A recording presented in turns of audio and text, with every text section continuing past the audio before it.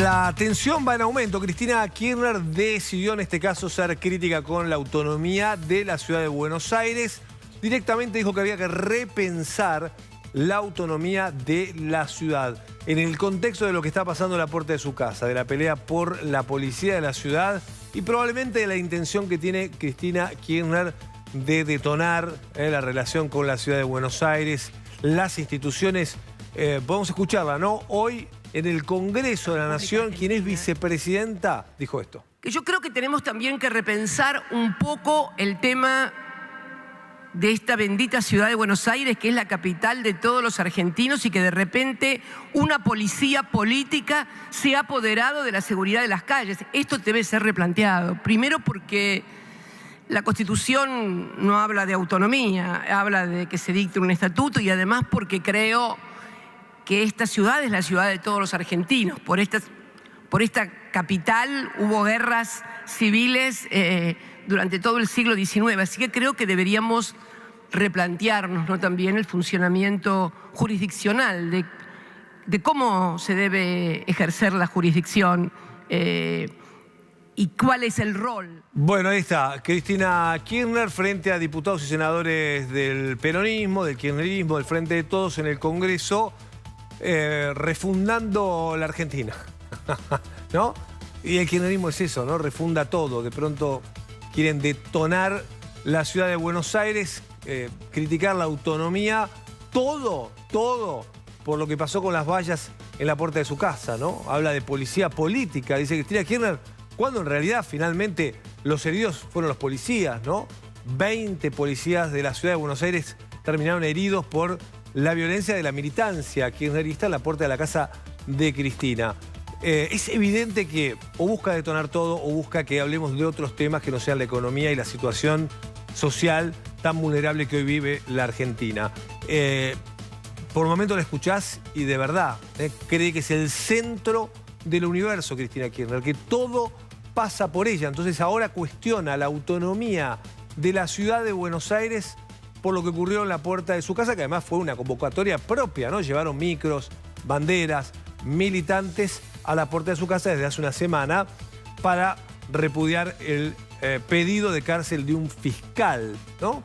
Justamente por corrupción, por haber robado. Ese es el pedido de cárcel que hace el fiscal y la considera además jefa de esa asociación ilícita. Bueno, además de haber llevado la militancia a la puerta de su casa, ahora por la policía y su actuación de estos días, reclama repensar la autonomía que tiene la ciudad de Buenos Aires.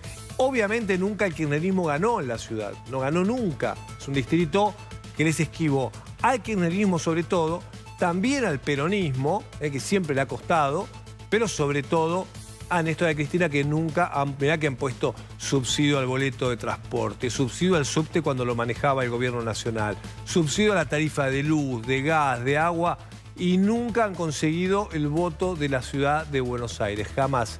Bueno, no lo consiguieron por las buenas, parece que Cristina lo busca por las malas, buscando quitarle la autonomía a la ciudad de Buenos Aires para que el intendente, por ejemplo, lo ponga el presidente, como era antes, ¿no? Que el presidente elegía el intendente de la ciudad de Buenos Aires. Parece no recordar Cristina Kirchner la reforma constitucional de 1994, que habla de repensar la autonomía porteña. Aparte, mirá, iba a decir una palabra muy fuerte, me la voy a guardar, pero qué mirada, es de psicópata, esa es la palabra que decir, es de psicópata porque le tiraron a la ciudad de Buenos Aires la policía por la cabeza, ¿sí o no?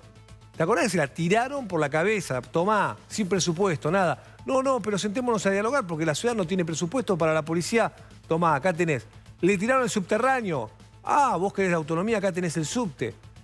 Hace pocos meses, muy pocos meses, estábamos debatiendo entre ciudad y nación qué hacer con los colectivos. ¿Qué le decía a la nación? No, los colectivos nosotros no los queremos subsidiar, aumenten el boleto ustedes, le decían a la ciudad.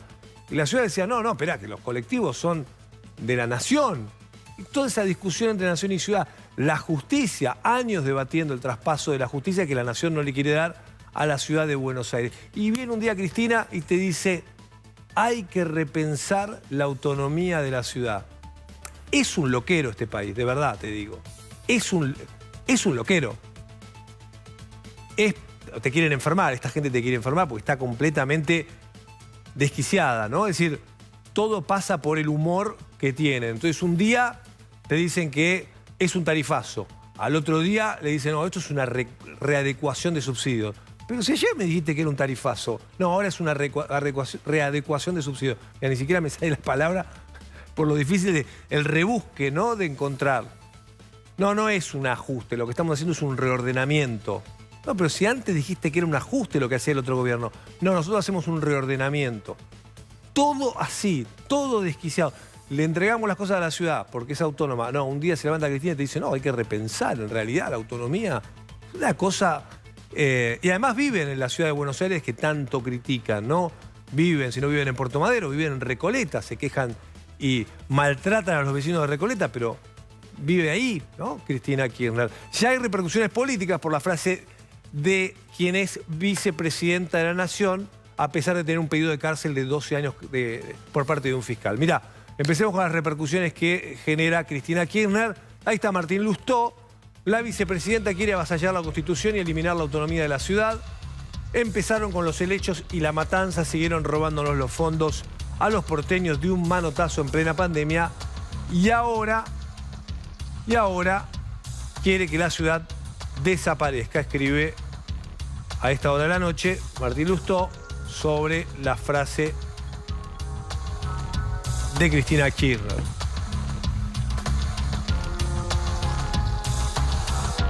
Bueno, hay más repercusiones políticas, también Jorge Macri. El propio Horacio Rodríguez Larreta, si buscás, ya escribió el jefe de gobierno de la ciudad de Buenos Aires hace minutos nada más.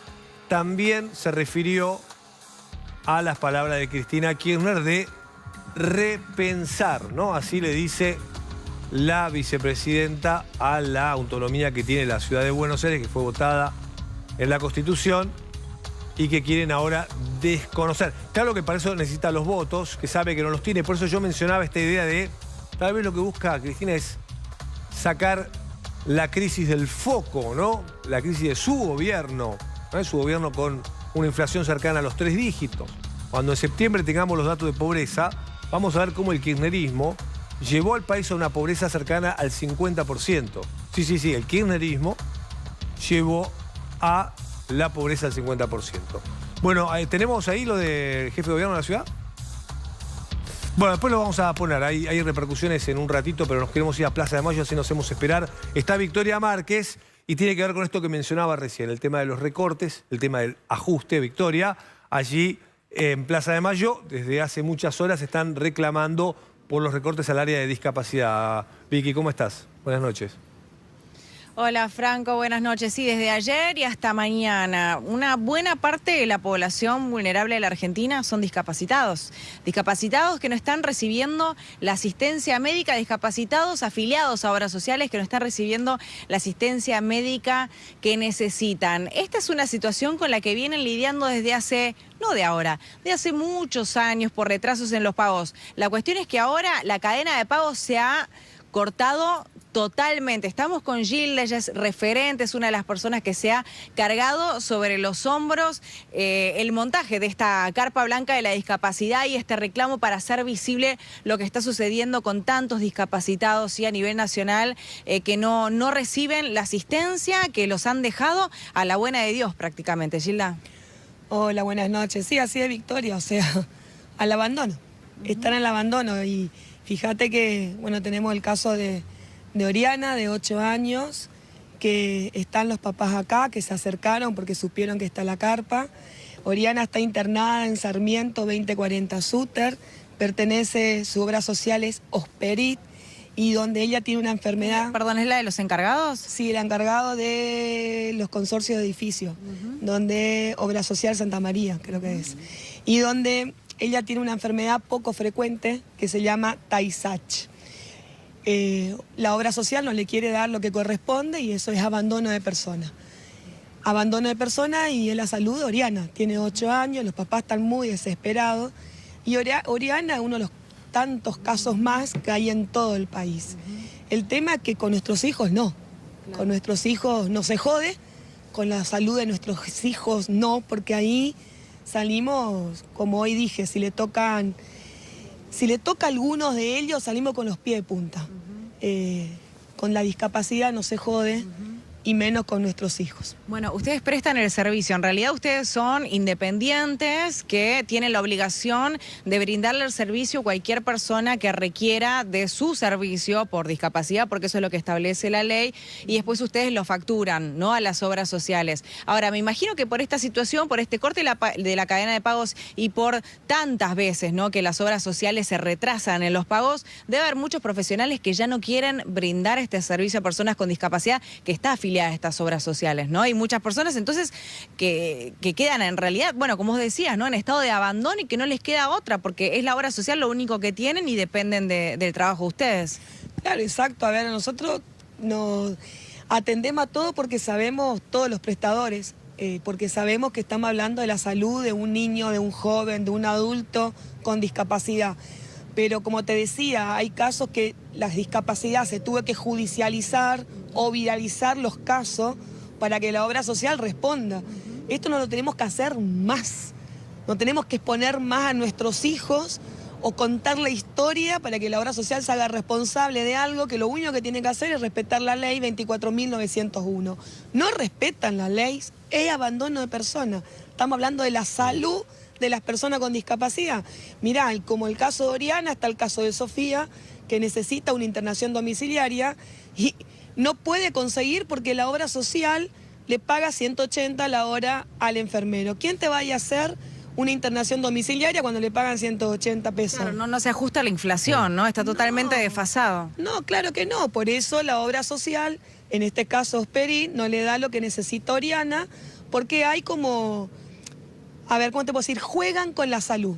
Es como, hoy decía, ¿no? Es como el juego de ping-pong, se tira la pelota entre uno y otro. En el medio está Oriana, está Sofía, está Bruno, y ellos no esperan. Sí, hablando de ping-pong, ¿no? Desde la Superintendencia de Servicios de Salud y la Agencia Nacional de Discapacidad dicen que esto es un problema operativo. Sí, Franco, perdón, ¿querías preguntar algo? Perdón. Sí, quería preguntarle a Gilda, Vicky, no sé si me está escuchando, porque mientras ustedes hablaban, veíamos algunos carteles que mencionaban algunas cuestiones que me parece que estaría bueno que Gilda cuente. No es algo de hoy, sí, hay carteles ahí que dicen que les deben los salarios de mayo, junio, julio, por ejemplo. Acá Franco dice que no es algo de hoy, que les deben los salarios de mayo, junio, julio, están muy atrasados con los pagos. Sí, hay gente que no cobra desde marzo, desde febrero, desde enero, y se cortó la cadena de pago en el mes de agosto porque la FIP nos giró la plata a la Superintendencia del Servicio de Salud y la Superintendencia del Servicio de Salud nos giró la plata a las obras sociales. Por eso te decía, se tiran la pelota de uno y otro. Y lo que vos me decías que ellos dicen que es una cuestión operativa. Mirá, Galarraga, que deje de mentir, porque no es ninguna cuestión operativa. Él tiene que mirar que los derechos de la persona con discapacidad se cumplan. Porque acá no hay una percepción nuestra ni de los papás, ni de los papás de Oriana, ni de los papás de Sofía, ni de los papás de Bruno. Acá hay una realidad, que hay abandono de personas. Hay abandono de personas porque la obra social no reconoce. No me puede ser que Galarraga no sepa esto. Yo le pregunto, ¿y la Agencia Nacional para qué existe entonces? ¿Para qué existe? Hoy se lo dije en Casa Rosada. Queremos una agencia nacional que responda a estas necesidades, no es una percepción nuestra, esto ocurre. O sea, acá vinieron los papás de Oriana, se acercaron a la carpa a las 11 de la noche porque están desesperados. Entonces no puede ser que una niña de 8 años no se le respeten sus derechos.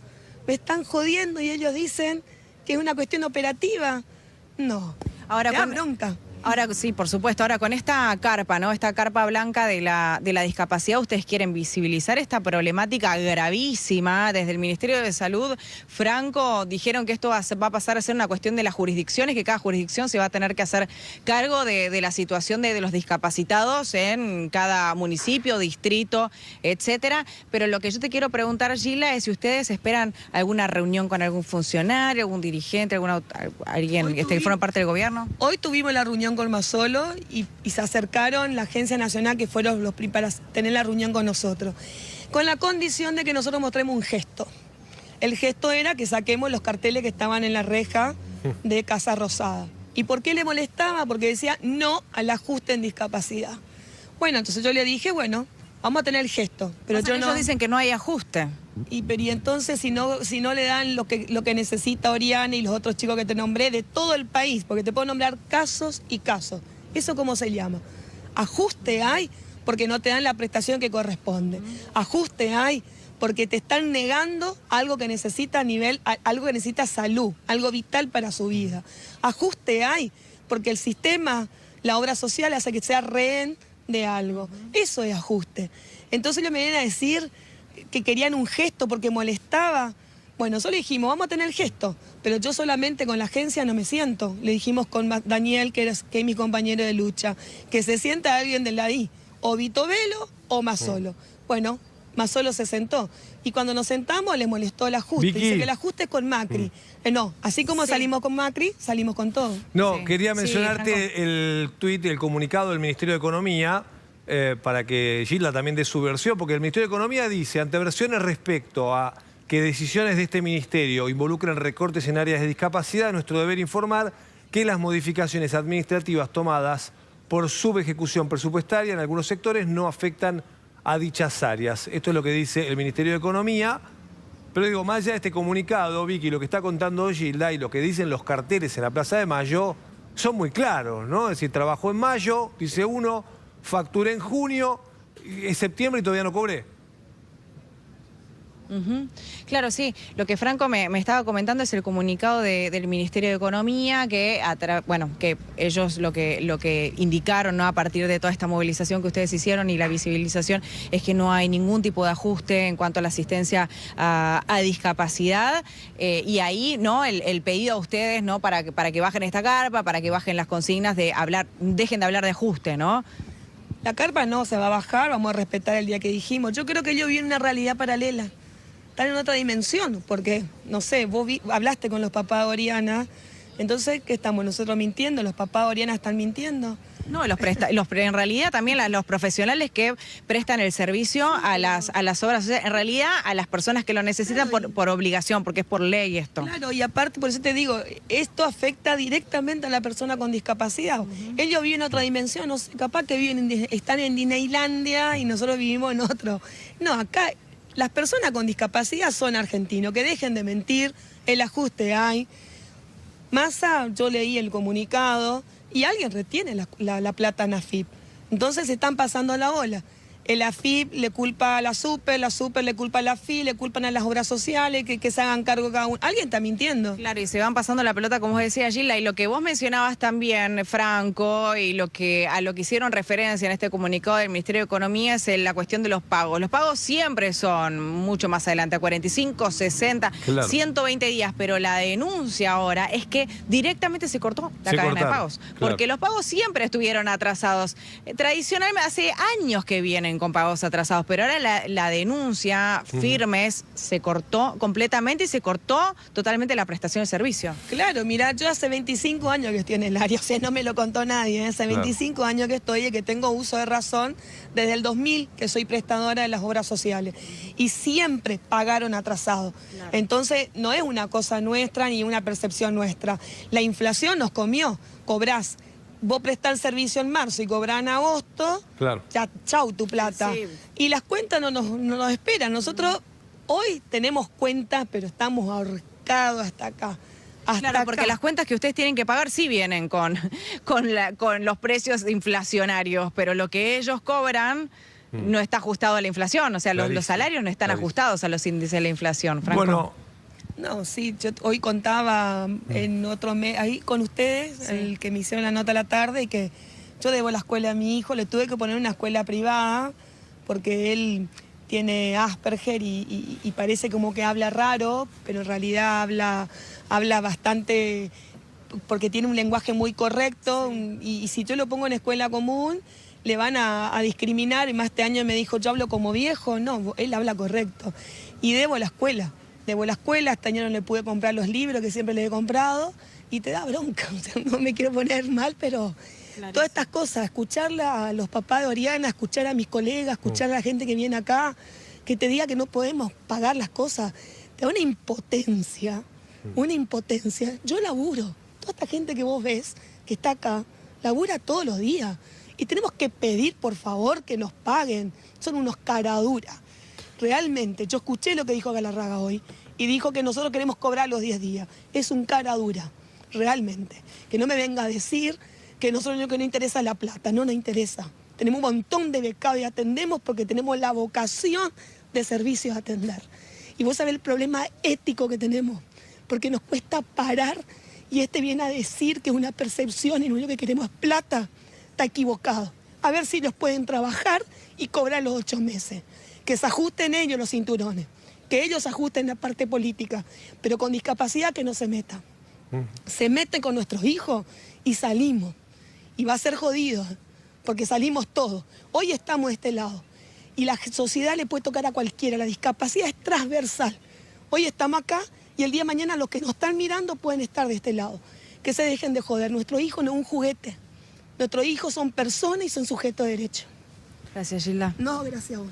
Clarísimo. Franco. Sí, contundente el testimonio. Vicky, gracias. Allí está en Plaza de Mayo esta carpa, allí está hablando Gilda, la verdad, nada para agregar, ¿no? Contundente las afirmaciones. Quiero sí escuchar otra voz, entender algunas cuestiones que tienen que ver, o que por ahí muchos no conocemos, sobre cómo funciona el circuito de dinero. Voy a saludar a Eduardo Filgueira Lima, que fue viceministro de Salud. Gracias por atendernos. ¿Cómo está? Buenas noches. ¿Qué tal? ¿Cómo está usted? ¿Qué dice Franco? ¿Cómo le va? Gracias por estos minutos. Al contrario. Digamos, más allá de esta discusión que es clara, ¿no? Donde ocurren los recortes en áreas que no van, lo que no termino de entender es las obras sociales sindicales que no están pagando en términos, o sea, pagan a 90 días o 120 días a los profesionales. Bueno, en realidad las obras sociales, como dijo la entrevistadora recién, es habitual, es regular que los pagos estén retrasados y ahora realmente se han resentido fuertemente. De hecho, los prestadores no cobran en tiempo y forma, no cobran adecuadamente y obviamente la manifestación que aquí se hace, legítima por supuesto de los representantes de los prestadores de discapacidad y los mismos pacientes, se da en otras áreas también. En muchas provincias se ha reinstalado el copago, o el coseguro, como le dicen habitualmente.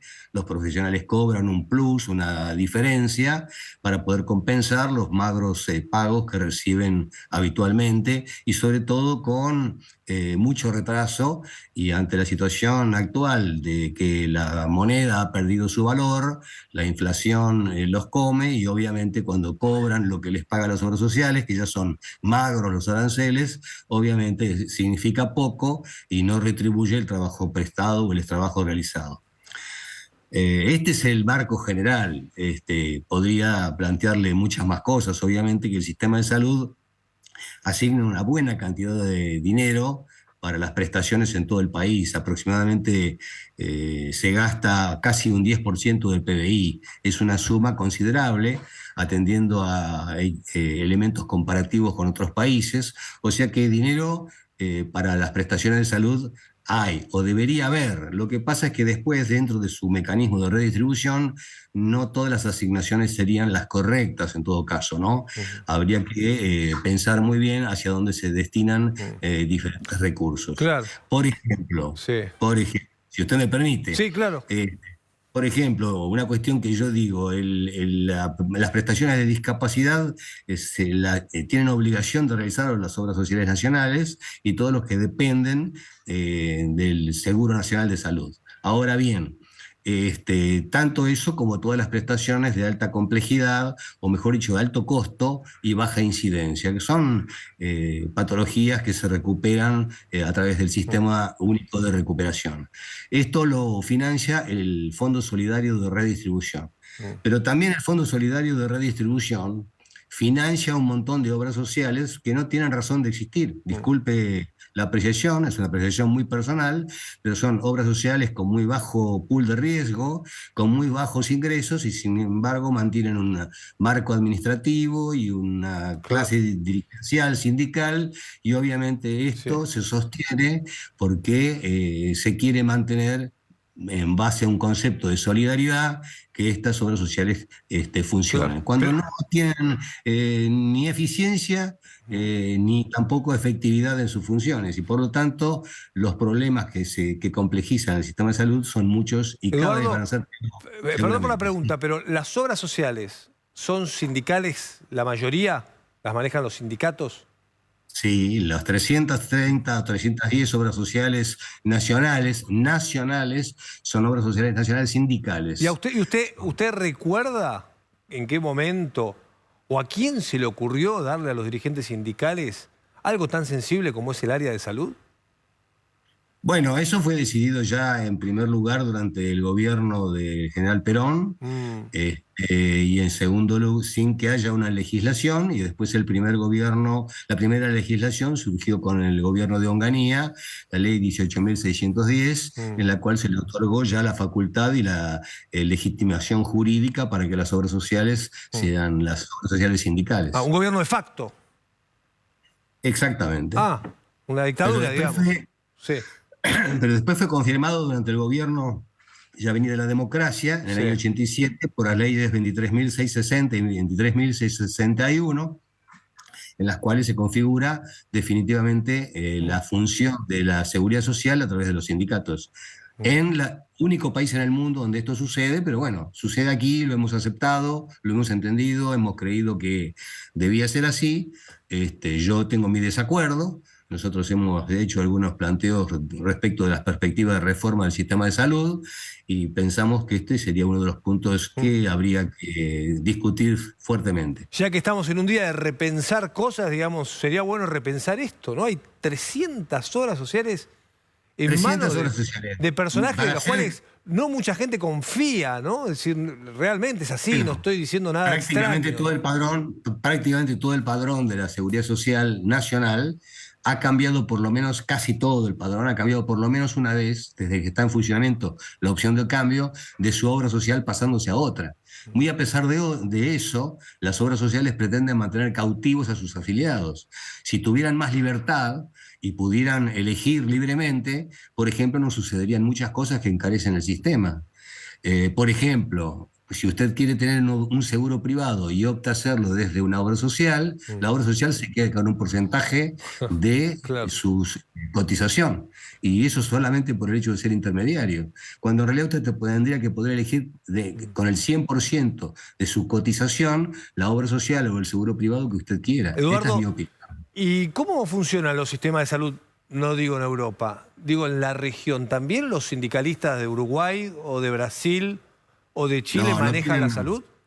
No, prácticamente no tienen injerencia. No tienen. El único país en el mundo donde los sindicatos manejan la salud es aquí. Y funcionan de manera corporativa. El año pasado se sacó el decreto 432, mediante el cual se limita la opción de cambio. El primer año donde uno trabaja en un sindicato, en una rama de actividad determinada, tiene que permanecer en esa obra social, le guste o no le guste. Toda la cautividad que se mantiene sobre los afiliados, eso repercute después en los resultados sanitarios. No, las instituciones no tienen incentivos a la mejora y además los recursos son mal asignados. Obviamente que el dinero es uno solo y usted lo puede asignar a una cosa o a la otra y muchas veces lo estamos asignando mal. Y esa mala asignación después repercute en casos como el que relataba recién Gilda, sobre que obviamente los prestadores no cobran. En general, y en términos generales, la mayoría de los lugares, las obras sociales terminan ajustando por el lugar donde el hilo es más delgado, que son los prestadores, a los cuales les pagan tarde y mal. Y obviamente los prestadores se defienden de alguna manera cobrando plus o, como sucede en muchos casos, retrasando las prestaciones y provocándose en todo el sistema de salud listas de espera que provocan enormes perjuicios para los pacientes.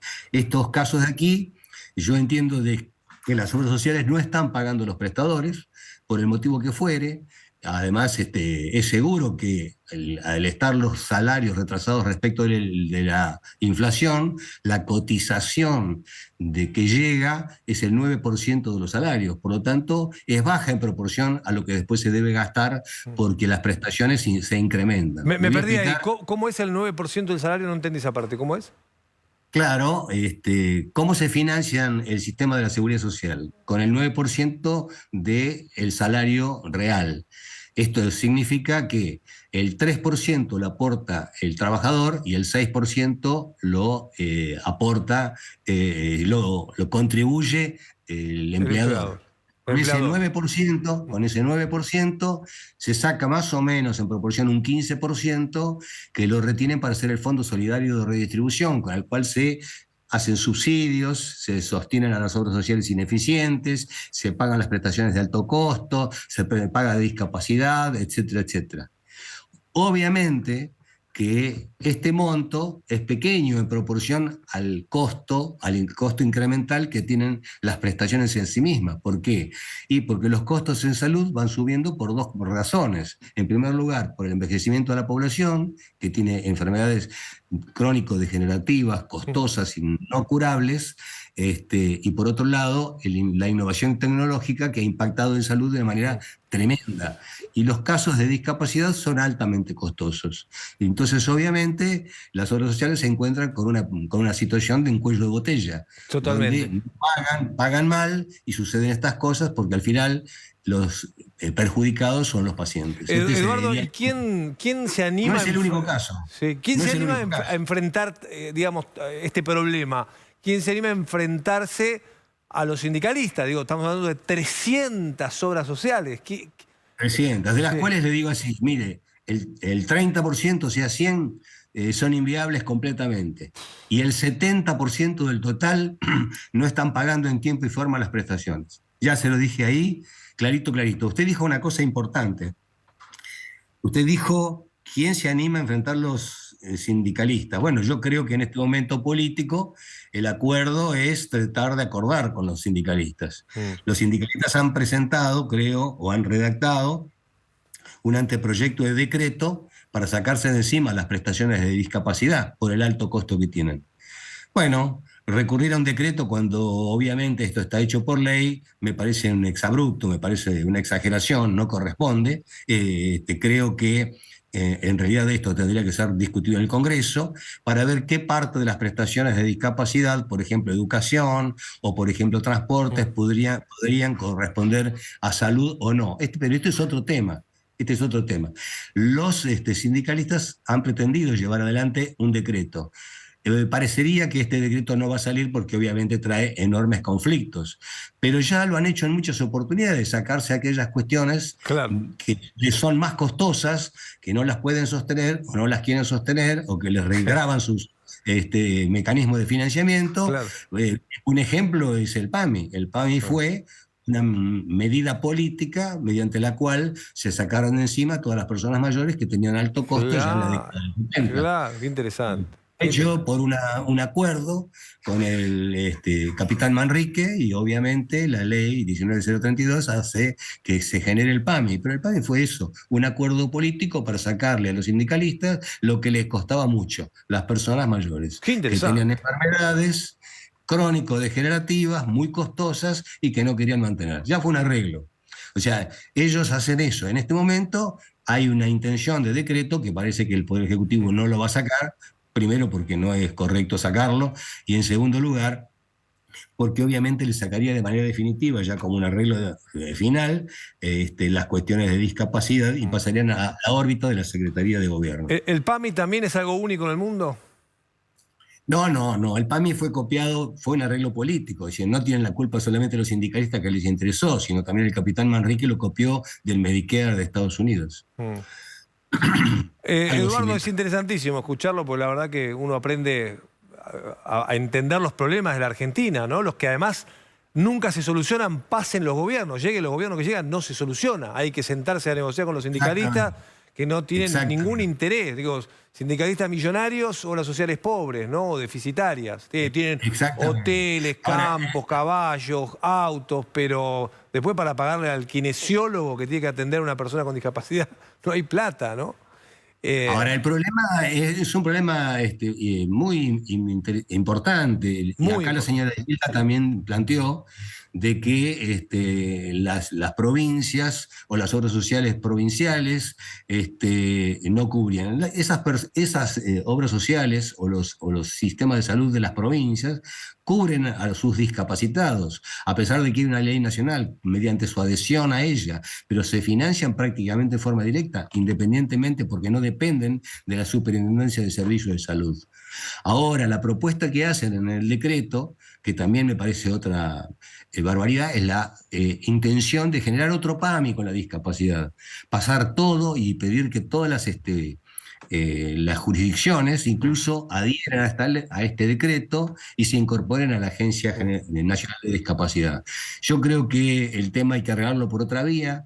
En salud hay dos cuestiones que son básicas: o inyectar más dinero, que es lo que piensa hacer el gobierno, asistiendo paralelamente a las obras sociales para que cubran las prestaciones de discapacidad, o lo que sería mejor, evitar los subsidios indirectos y los subsidios cruzados, mediante los cuales se mantienen estructuras ineficientes e ineficaces. Clarísimo, clarísimo, Eduardo, es clarísimo, clarísimo. La verdad que fue muy interesante. Es como que la prepaga diga, te enfermaste, no quiero cubrirte. O sea, es como que si tenés una discapacidad que se haga cargo del Estado. Si sos una persona mayor, que se haga cargo del Estado. Pero hoy entonces se hace cargo la obra social de los que están sanos. Es muy curioso. Eduardo, gracias. Nos quedamos sin tiempo, pero la verdad que vamos a volver a invitarlo porque fue interesante y esclarecedor escucharlo. Gracias. Encantado, que estés muy bien. Muchas gracias. Buenas noches.